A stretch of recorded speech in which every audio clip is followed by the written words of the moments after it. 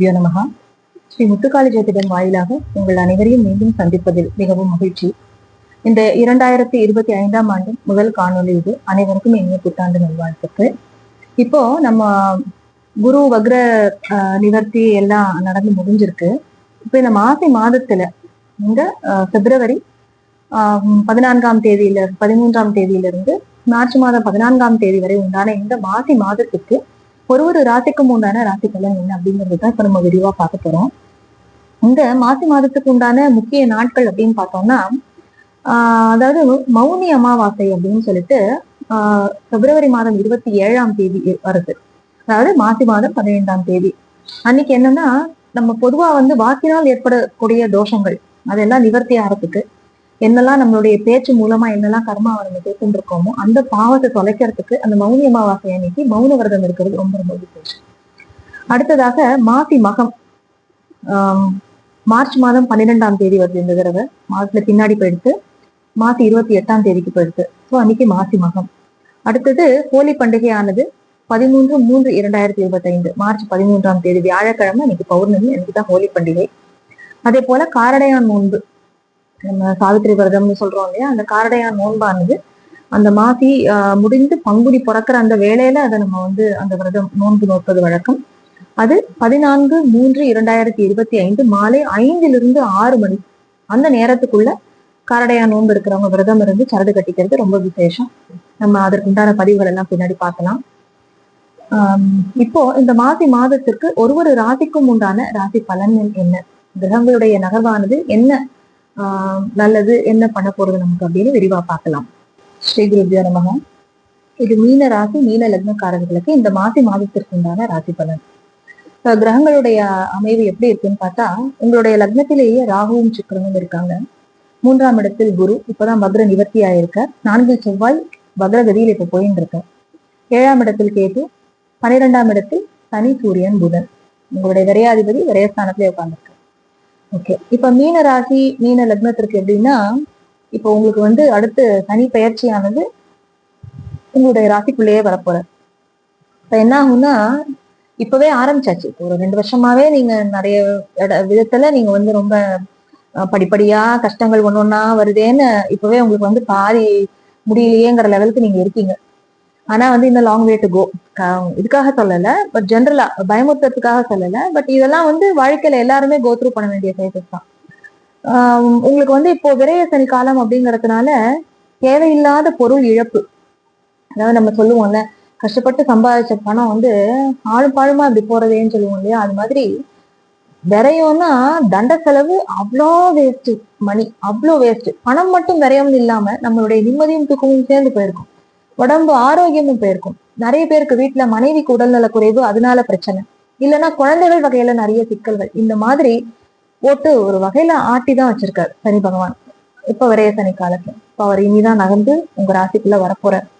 இப்ப ஜென்ம சனி என்ன பண்ணும் அப்படின்னா, கடுமையான மன அழுத்தத்தை தான் தரும். ஆரோக்கியத்துல இப்ப உங்களுக்கு ப்ராப்ளம் ஏரியான்னு சொல்றது ஆரோக்கியத்துல ரொம்ப ரொம்ப நீங்க அக்கறை எடுத்துக்கணும். ஏன்னா இப்பவே சனி பகவான் கும்பத்துல உட்கார்ந்துருக்காரு இல்லையா, அவருடைய பார்வை நேர சிம்மத்துல விழும்.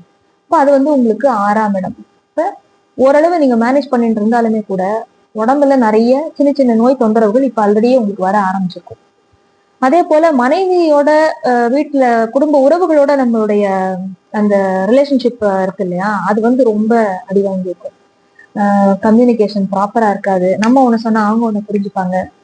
இந்த மாதிரியான நிறைய உறவு சிக்கல்களும் இப்பவே ஆரம்பிச்சிருக்கும். சில சமயம் பார்த்தா நாள் முழுக்கவே மௌன வரதம் இருந்தா பரவாயில்லங்கிற லெவலுக்கு தான் உங்களை கொண்டு விடும். ஆனா நீங்க அந்த மாதிரி பேசாம அமைதியா இருக்கிறது ரொம்ப ரொம்ப நல்லது. இப்போ செவ்வாய் போய் 4ல உட்கார்ந்து இருக்கிறது எப்படின்னா, நீங்க உங்களுடைய யாரு கூட இப்ப சின்ன குழந்தைங்க ஸ்கூல்ல படிக்கிற பசங்களோ காலேஜ் பசங்களோ இருந்தா அவங்களுடைய சகவாசம், உங்களுடைய ஃப்ரெண்ட்ஸ் சேர்க்கு நல்ல கொஞ்சம் கவனமா இருக்கணும். எந்த ஃப்ரெண்ட்ஸோட அவங்க மிங்கிலாறாங்க என்ன இது அதெல்லாம் கொஞ்சம் கவனமா பார்க்கணும். அதே போல சுகஸ்தானம் அதனால அவங்களுடைய வயிறு ஆரோக்கியம் சம்பந்தமான தொந்தரவுகள் கொஞ்சம் இருக்கும்.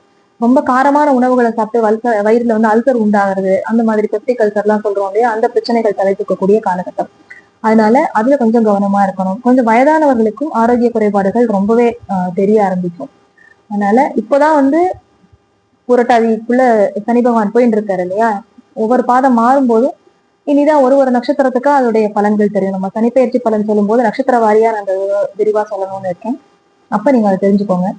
7ல போய் கேது உட்கார்ந்து இருக்கும் போது மனைவியோட நம்மளுடைய உறவு வந்து சுமூகமா இருக்காது. அதே போல நிறைய வீட்டுல பொருட்கள் திருட்டு போறது, பொருள் நஷ்டம் பொதுவா சொல்ல போனா நீங்க திருட்டு கொடுத்துருக்கலாம், இல்ல கைமறதியா எங்கேயாவது வச்சிருக்கலாம். ஒரு டிராவல் அப்போ பேகை விட்டுட்டு வர்றது, முக்கியமான கார்டு, அந்த வாலெட் எல்லாம் விட்டுட்டு வர்றது, இந்த மாதிரி விஷயங்கள் எல்லாம் இப்ப நடந்திருக்கும், இல்லை இப்ப நடக்கும். அதுல ரொம்ப ரொம்ப கவனமா இருக்கணும். அதே போல வீட்டுல வந்து வேலை செய்யும் போது கேர்ஃபுல்லா இருங்க. அங்க இங்கே சுட்டுக்காம, கையில கால்ல பட்டுக்காம அந்த மாதிரி கவனமா இருக்கணும். செவ்வாய் வந்து அவருடைய பார்வை 7ஆம் இடத்துலயும் விழுறது அப்படிங்கறதுனால செவ்வாய் வந்து உங்களுக்கு 2 9 கூடியது. அதனால மனைவிக்கு வந்து ஓரளவு இப்ப வக்ரகதியில போயின்னு இருக்க, அடுத்து செவ்வாய் வந்து 5க்கு மாறுவார். இப்படி அவருடைய பயிற்சியானது இருக்கும். குரு பார்வைப்படுறதுனால ஓரளவு மனைவிக்கு ஒரு ஆரோக்கியம் இருந்தாலும், இல்ல அவங்களுடைய ப்ரொஃபஷனல் லைஃப்ல அவங்களுடைய இதுல வந்து ஒரு செட்பேக் இருந்தாலும் கூட ஓரளவு கோப்பப் பண்ணி கொண்டு போகக்கூடிய ஒரு காலகட்டமாக தான் இருக்கு. அடுத்து இனி குரு பயிற்சி மாறும் போது வந்து ஓரளவு மனைவிக்கு வந்து அவங்களுடைய வருமானம் ஓரளவு நல்லா இருக்கும். மனைவியோடைய குடும்பத்தின் மூலமாகவும் உங்களுக்கு நிறைய நன்மைகள்லாம் நடக்கும். அவங்களோடையும் ஓரளவு நல்ல காடியலா போற மாதிரி இருக்கும். இந்த மாதிரியான சில நல்ல பலன்கள்லாம் நீங்க கட்டாயமா எதிர்பார்க்கலாம். ஏன்னா உங்களுடைய ராசிநாதன் வந்து 3ஆம் இடத்துல இருக்கிறது அப்படிங்கிறது என்னன்னா, அது வந்து பாதி மறைவு ஸ்தானமா தான் நம்ம சொல்லுவோம் 3ஆம் இடம். அது அவ்வளவு ரொம்ப ஒன்றும் சிறப்பான ஸ்தானம் கிடையாது. அது திருப்பி போய் 4ல போய் உட்கார்ந்துட்டு இருக்கும் போது அங்கிருந்து அவருடைய பார்வை பலத்தின் மூலமா நிறைய நன்மைகள் கிடைக்கும். அப்போ அவர் 8, 10, 12 இடங்களை பார்ப்பார். குரு போய் 4ஆம் இடத்துல உட்காரும் போது அப்போ அது மூலமா நிறைய அப்போ வந்து ஒரு மறைமுகமான வருமானங்கள் நிறைய இருக்கும். தொழில்ல வந்து நிறைய மேம்பாடுகள் பண்ணிக்க முடியும். சேஞ்சஸ் நிறைய நடக்கும் அடுத்தடுத்து. அந்த மாதிரி விஷயங்கள்லாம் நீங்க தாராளமா செஞ்சுக்க முடியும். ஆனா இப்போ வந்து ராகுவுடைய இது வந்து லக்னத்திலேயே உட்கார்ந்துட்டு இருக்கும் போது நம்ம மனதளவுல நம்மளுடைய எதிர்பார்ப்புகளை ரொம்ப பிரம்மாண்டமாக்கி கொடுப்பாரு. அப்போ ஆட்டோமேட்டிக்கா என்ன ஆகும், நம்ம நினைக்கிறதெல்லாம் எல்லா நேரத்திலயும் நடக்காது இல்லையா? அப்போ அதற்குடைய பலன்கள் அது மாதிரி கிடைக்கலன்னு போது மனசுல ரொம்ப டிசப்பாயின்மெண்ட் ஜாஸ்தியாகும். அப்போ வந்து அந்த டோட்டல் டிப்ரெஷன் வந்து அப்படியே ஒரு கிளவுட் மாதிரி நம்மளை புடிச்சுக்கிற மாதிரி இருக்கும். அதுல மட்டும் ரொம்ப ரொம்ப கேர்ஃபுல்லா இருக்கணும் நீங்க. இப்பவே உங்களுக்கு ஒரு ரொட்டீனை செட் பண்ணி வச்சிருந்து உங்களுடைய ஹெல்த்ல நீங்க ஃபோக்கஸ் பண்ண ஆரம்பிச்சிட்டீங்க அப்படின்னா, நல்ல வேர்வை சொட்ட சொட்ட நீங்க வந்து நல்ல ஒரு ஜாகிங்கோ, ஒரு யோகாவோ, ஏதோ ஒரு எக்ஸசைஸ் பண்ணுங்க. பிசிக்கலி உங்களை நீங்க ஆக்டிவா வைக்கும் போது என்ன ஆகும்னா, இது வந்து ஒரு சயின்டிபிக் இது. சனி வந்து நம்மளுடைய நீங்க வந்து ரொம்ப டீப்பா இருந்தா நீங்க படிச்சு பாருங்க. சனி வந்து நம்மளுடைய உடம்புல இருக்கக்கூடிய அந்த நிறைய ஹார்மோன்ஸை வந்து அதோடைய இயக்கத்தை வந்து இது கண்ட்ரோல் பண்ணும். இப்ப நம்ம வந்து ஒரு நம்ம சொல்றோம் இல்லையா, ஒருத்தர் வந்து நல்ல உடம்பு வேர்க்க வேர்க்க அவர் வந்து எக்ஸசைஸ் பண்ணும்போது உடம்புக்கு நல்ல ஃபீல் குட் ஹார்மோன்ஸ் எல்லாம் நல்ல உடம்புல சுரக்க ஆரம்பிக்கும். அதே மாதிரி ஒரு ஸ்ட்ரெஸ் வந்து நீங்க வந்து நல்ல விதமா டேக்கிள் பண்ணி ஒரு எந்த விதமான ஒரு கடினமான சூழ்நிலையா இருந்தாலும் அதை வந்து தாண்டி வரக்கூடிய அந்த யோசிக்கிற தன்மையை உங்க மனசுல உருவாக்கும். இந்த மாதிரிலாம் நம்ம நிறைய சொல்றோம். அது எல்லாமே இதுக்கு ரிலேட்டட் தான். பொதுவா அந்த சனி வந்து ஜென்ம சனியா வர்ற காலத்துல நம்ம என்ன சொல்லுவோம் அப்படின்னா, சூரிய நமஸ்காரம் பண்ணுங்க, சூரியனுடைய இதுக்கு சூரியன் சம்பந்தமான இதை வந்து நிறைய அதிகப்படுத்திக்கோங்க, வெயில்ல நிறைய நடங்க, இந்த மாதிரி எல்லாம் நம்ம சொல்றோம் இல்லையா? காரணம் அதுதான். ஏன்னா சனி வந்து நம்மளுடைய பாதம், நம்ம நடக்கிறது, அப்புறம் அந்த கீழ் குதிகால்லாம் சொல்றோம் இல்லையா, அந்த இடத்துல வந்து வலியை உண்டாக்குவார், வலி வேதனையை உண்டாக்குவார். இப்ப ரெகுலர் சாதாரணமாவே நமக்கே தெரியும், ரெகுலர் எக்ஸசைஸ் இந்த மாதிரி ஆக்டிவா இருக்கிறது மூலமா நம்ம அதை ஓவர் கம் பண்ணிக்க முடியும். அதுதான் இதுக்கு ரிலேட் பண்ணி சொல்றேன். அப்போ சனி பகவான் வந்து என்ன பண்ணுவார் அப்படின்னா, நீங்க எவ்வளவுக்கு எவ்வளவு உங்களை வந்து கடும் உழைப்பாளியா நீங்க ஆக்கிக்கிறீங்களோ அவ்வளவுக்கு அவ்வளவு உங்களுக்கு வந்து அந்த பேச தாண்டி போகக்கூடிய ஒரு மனோ தைரியத்தையும் அந்த சக்தியையும் வந்து அது கொடுக்கும். அதனால கட்டாயமா நீங்க வந்து மேக்சிமம் சிவன் கோவிலுக்கு போங்க. இந்த ஜென்மசனி காலம் முடியிற வரைக்கும் ஏதாவது பக்கத்திலே இருக்கிற ஒரு சிவன் கோவிலை வச்சுக்கோங்க. அந்த சாயங்காலம் அந்த 4:30 to 6 அந்த டைம்குள்ள 6 மணி அது கூட வச்சுக்கோங்க மேக்சிமம். அந்த டைம்ல பிரதோஷ வேலைன்னு சொல்லுவோம், டெய்லி பிரதோஷம் அதுதான், அந்த 4:30 to 6 வேலை. அந்த நேரத்துல போய் நல்லா சிவன் சந்நிதியை வந்து ஒரு 3 தடவை பிரதட்சணம் பண்ணிட்டு வர்றதுன்னு வச்சுக்கோங்க முடியறவங்க. அது பண்ணும் போதே வந்து அது ஆட்டோமேட்டிக்கா நம்ம மனசை ஒரு ரொட்டீனுக்கு அப்படியே செட் பண்ணி செலுத்தும் போது என்ன ஆகும்னா, நமக்கு ஒரு பிடிமானம் கிடைக்கும். ஓகே, நான் டெய்லி இதை பண்றேன், அது வந்து எனக்கு ஒரு மனசுல நம்பிக்கையை தருதுன்னு சொல்லிட்டு நம்ம மனசை அதுக்கு இன்க்ளைன் ஆகி போக ஆரம்பிச்சிடும். அதனால முன்னோர்கள் நமக்கு வச்ச பழக்கங்கள் நிறைய நீங்க இப்ப யோசிச்சு பார்த்தோம் அப்படின்னாலுமே அது எல்லாத்துலயுமே ஒரு உள்ளர்த்தம் இருக்கு. அதனால இது ரொம்பவே உங்களுக்கு மனசுலயும் ஒரு நல்ல தெளிவை உண்டாக்கும். அதனால அடுத்து ஜென்ம சனி வருது அது வருதுன்னா பயப்படலாம் வேண்டாம். ஐயோ போச்சா அப்ப ஒண்ணுமே பண்ண முடியாதா அப்படிலாம் இல்லை. அடுத்தடுத்து வரக்கூடிய பயிற்சிகள் வந்து உங்களுக்கு ரொம்ப நல்லதாகவே இருக்கும்.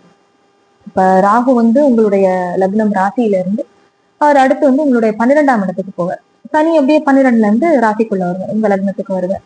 அப்போ 12ஆம் இடத்துல ராகு போகும்போது என்ன ஆகும், ஊரை விட்டு வெளிதேசம் பிரயாணம் பண்ண வைப்ப, நிறைய டிராவல் பண்ற மாதிரி இருக்கும், கொஞ்சம் குடும்பத்தை விட்டு டெம்பரரியா பிரிஞ்சு போய் வேற ஒரு இடத்துல வேலை பண்ற மாதிரி இருக்கும், இந்த மாதிரி விஷயங்கள் எல்லாம் கொடுப்பேன். இப்போ வெளிநாட்டுல இருக்கிறவங்களுக்கு ஆப்வியஸ்லி அதுவே ஒரு பரிகாரமாவே ஆயிடும். ஆல்ரெடி அவங்க வந்து ஃபேமிலியை இங்க விட்டுட்டு அம்மா அப்பாவெல்லாம் இங்க விட்டுட்டு அவங்க அங்க இருப்பாங்க இல்லையா, அப்ப அதுவே அவங்களுக்கு வந்து வேலை செய்ய ஆரம்பிச்சிடும்.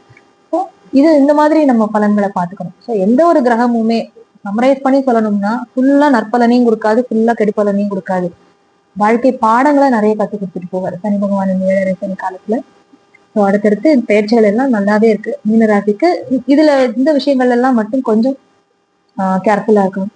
சனி வந்து உங்களுக்கு 12ல இருக்கிறது வந்து ரொம்ப எதுனாலும் இப்ப செலவெல்லாம் முடிச்சாச்சு, அதனால அந்த இதை விட்டுட்டு நீங்க வெளியில வந்துருங்க. அது ஒண்ணு மட்டும்தான். ஏன்னா மீனராசிக்காரர்கள் நிறைய சொல்றது எல்லாமே அதான் சொல்றாங்க, ஐயோ ரொம்ப முடியலங்க, இப்பவே முடியலங்க, இன்னும் எப்படி 5 வருஷம் தாண்ட போறது அப்படிதான். அந்த மாதிரி எல்லாம் கிடையாது. நம்மளும் நம்பிக்கையோடயே இருக்கும். உங்களுக்கும் எல்லா நற்பலன்களும் நடக்கட்டும். அவங்க அவங்களுடைய குலதெய்வ வழிபாடை ஜாஸ்தி பண்ணிக்கோங்க எப்பயுமே. அது வந்து நம்ம மனசுக்கு ரொம்பவே ஒரு ஆறுதலை கொடுக்கும். ஒரு பெண் தெய்வத்தை பிடிச்சுக்கோங்க மீனராசிக்காரர்கள். உங்களுக்கு வந்து பெண் தெய்வம் நிச்சயமா ஒரு இஷ்ட தெய்வம் பெண் தெய்வம் இருக்கும். நல்லா நம்ம அது சாந்தமான முகம் உள்ள ஒரு அம்மனா இருக்கும். அது அந்த அம்பாளை பிடிச்சுக்கோங்க. அந்த கோவிலுக்கு போயிட்டு வாங்க. நல்ல அதாவது நதிக்கரை ஓரத்துல இருக்கிற ஒரு அம்மன் கோவில், அந்த மாதிரி ஒரு கோவிலுக்கு போய் நீங்க வழிபாடு பண்ணும்போது மனசு அமைதி கிடைக்கும். அது வந்து உங்களுக்கு ரொம்பவே, நீங்களே நீர் ராசி தானே, அதுவே வந்து உங்களுக்கு ரொம்ப ஒரு மனசுல ஒரு தெளிவையும் அமைதியையும் உண்டாக்கும். பௌர்ணமியை விடாம வழிபாடு பண்ணுங்க. பௌர்ணமி வழிபாடு ரொம்ப ரொம்ப நல்லது. நம்ம அடுத்தடுத்த பயிற்சி பலன்களை பார்ப்போம். உங்களுக்கு இந்த காணொலி பிடிச்சிருந்ததுன்னா அதை லைக் பண்ணி ஷேர் பண்ணி சப்ஸ்கிரைப் பண்ணி வச்சுக்கோங்க. மறக்காம பெல் ஐக்கன் கிளிக் பண்ணுங்க. அப்பதான் அடுத்தடுத்த நோட்டிபிகேஷன்ஸ் உங்களுக்கு வந்து சேரும் புது வீடியோஸ் நான் போடும்போது. உங்களுடைய கமெண்ட்ஸ் என்னங்கிறத எனக்கு கமெண்ட் செக்ஷன்ல தெரியுங்க. நன்றி.